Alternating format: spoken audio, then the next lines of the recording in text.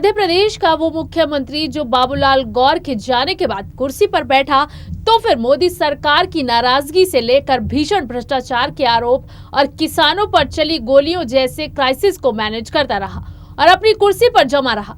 ये मुख्यमंत्री कोई और नहीं बल्कि एमपी के वर्तमान सीएम शिवराज सिंह चौहान हैं।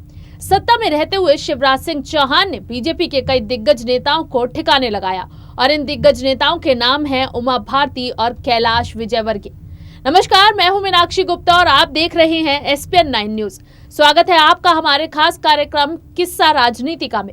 आज हम आपको बताएंगे कि कैसे शिवराज ने सत्ता में रहते हुए बीजेपी के दिग्गज कैलाश विजयवर्गीय और उमा भारती को किया साइडलाइन। भोपाल की लिंक रोड पर 74 बंगले हैं। इन बंगलों में खास इनकी संख्या नहीं है और खास ये भी नहीं है कि यहाँ मध्य प्रदेश सरकार के कैबिनेट मंत्री हैं। खास यहाँ ये है कि एक बी टाइप का सरकारी बंगला है। इसमें कभी दिग्विजय के सबसे करीबी सत्यनारायण शर्मा रहते थे, लेकिन एक नेता था जो लगातार जुगत में लगा था कि ये उसे अलॉट हो जाए। दिग्विजय सिंह जो उन दिनों मुख्यमंत्री थे तक बात पहुंची और दिग्विजय ने बंगला दे दिया। राजनीति में सौजन्य की मिसाल, लेकिन शायद दिग्विजय वो बंगला कभी ना देते अगर उन्हें ये मालूम होता कि ये नेता उनका मध्य प्रदेश में सबसे लंबे समय तक मुख्यमंत्री रहने का रिकॉर्ड तोड़ देगा और फिर ये कहेगा कि ये बंगला शुभ है। दिग्विजय के दिलवाए बंगले को शुभ बताने वाले इस नेता का नाम था शिवराज सिंह चौहान। अब आपको बताते हैं साल 2005 का वो किस्सा जब कांग्रेस की लाख विरोध के बावजूद सीएम बन गए शिवराज। 29 नवंबर 2005 को सीएम बनने के बाद शिवराज को विधायकी चाहिए थी। इसके लिए सीट चुनी गई बुधनी, जिसे शिवराज ने 14 साल पहले सांसदी के लिए छोड़ा था। यहां से विधायक राजेंद्र सिंह ने इस्तीफा दिया, लेकिन कांग्रेस ने कसम खा ली थी कि शिवराज को जीतने नहीं देना है। चुनाव आयोग में शिकायत होने लगी। कलेक्टर तक को शिवराज के साथ एक तस्वीर आने के बाद हटा दिया गया और तारीख आगे बढ़ा दी गई। बढ़ी हुई तारीख के कांग्रेस के नेता भोपाल जाकर बयान देने लगे, लेकिन शिवराज ने विधानसभा में पद यात्राएं निकालनी शुरू कर दी। चुनाव आयोग के पर्यवेक्षक इस यात्रा में पीछे पीछे चलते लोग जानते थे कि वो विधायक नहीं मुख्यमंत्री चुन रहे हैं, तो शिवराज आसानी से जीत गए। अभी शिवराज सीएम बनने की खुशी ठीक से मना भी नहीं पाए थे कि उनके खिलाफ वारंट जारी हो गए।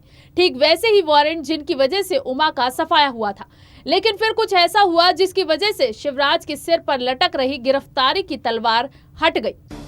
शिवराज सीएम बनने की खुशी पूरी तरह पचा भी नहीं पाए थे कि उनके खिलाफ 1997 के एक मामले में रायसेन की एक कोर्ट ने वारंट निकाल दिया। ऐसा ही एक वारंट उमा को खा गया था। सूबे के अधिकारियों की सांस अटक गई। कोर्ट में अर्जी दी गई कि लोकहित में मामला खारिज कर दिया जाए। संकट टले उससे पहले सरकार की याचिका को कोर्ट में चुनौती मिल गई। हाई कोर्ट ने हालांकि इस चुनौती को खारिज कर दिया और शिवराज पर से गिरफ्तारी का संकट हटा। इन दो शुरुआती चुनौतियों के बाद शिवराज वो जमे कि उनके लिए कद्दावर और दिग्गज जैसे उपमाएं काम नहीं करती। हमारे लिए शिवराज मध्य प्रदेश की राजनीति के सलमान है।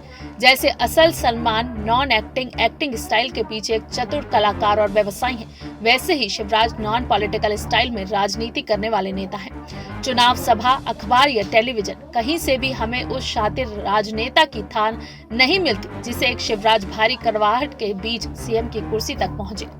शिवराज के सीएम की कुर्सी तक पहुंचने की दिक्कत को दूर करने के लिए मध्य प्रदेश बीजेपी ने शिवराज के पहले शपथ ग्रहण को एक विशाल इवेंट बनाया था। केंद्र से लेकर राज्य स्तर के सारे बड़े नाम भोपाल बुलाए गए। कोई खेमा हो या कोई तस्वीर, संदेश, बीजेपी संकट पीछे छोड़ चुकी है।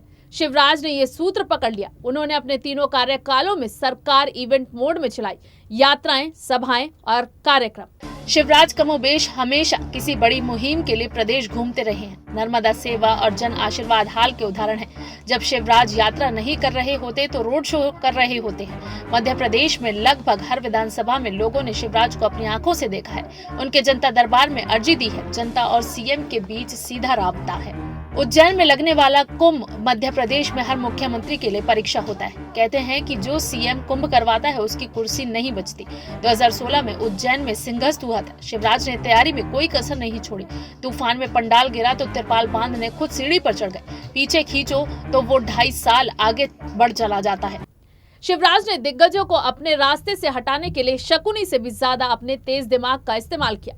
उन्होंने ऐसा प्लान बनाया कि सांप भी टूट जाए और लाठी भी ना टूटे। मतलब उनके रास्ते में आने वाला रोड़ा भी हट जाए और उन पर इसका इल्जाम भी ना आए। चलिए बताते हैं कैसे शिवराज ने उमा और विजयवर्गीय को लगाया ठिकाने। मध्य प्रदेश आने और टिकने में जितने लोगों की किस्मत पर ग्रहण लगा है, वो लिस्ट अखबार जितनी लंबी हो सकती है। फिर शिवराज ने कईयों को रास्ते से भी हटाया, लेकिन इसके लिए उन्होंने कभी वो नहीं किया जिसे राजनीतिक वध की संज्ञा दी जाए। बाबूलाल गौर से जाने को कहा तो साथ में ये भी कह दिया कि जिस पर हाथ रख देंगे वो पद आपका। विधानसभा अध्यक्ष, पार्टी अध्यक्ष या फिर कैबिनेट में वरिष्ठ मंत्री, राज्यसभा बोले तो राज्यसभा। लेकिन इसका मतलब ये नहीं कि शिवराज सिर्फ देना जानते हैं। जब कभी ये हवा चलती कि उमा भारती की वापसी हो सकती है, शिवराज दिल्ली ये बात पहुंचा देते कि उमा के आते ही भानुमति का कुनबा फिर बिखर जाएगा। फिर खुद कुछ ऐसा करते कि पूरा नैरेटिव ही बदल जाता। एक बार शिवराज ने कह दिया कि भूमाफिया उन्हें हटाने की साजिश कर रहे हैं। इससे केंद्र में भी शिवराज के पक्ष में माहौल बनता रहा और सूबे में भी लोगों का ध्यान उमा से हटकर शिवराज पर आ जाता। इसी तरह कैलाश विजयवर्गीय मुसीबत बने और अड़ भी गए तो तुरंत शहीद नहीं किए गए। पहले गोपाल भार्गव इंदौर के प्रभारी बनाए गए। उन्होंने जाते ही सुमित्रा महाजन और कैलाश विजयवर्गीय की लड़ाई पर तंज कस दिया। अब न ताई की चलेगी न भाई की, अब चलेगी भाजपाई की। विजयवर्गीय आखिरकार दिल्ली भेज दिया। बाद में राष्ट्रीय महासचिव का पद भी मिल गया। इस नीति से शिवराज के विरोधियों को पलट कर वार करने का ना मौका मिलता है ना बहाना।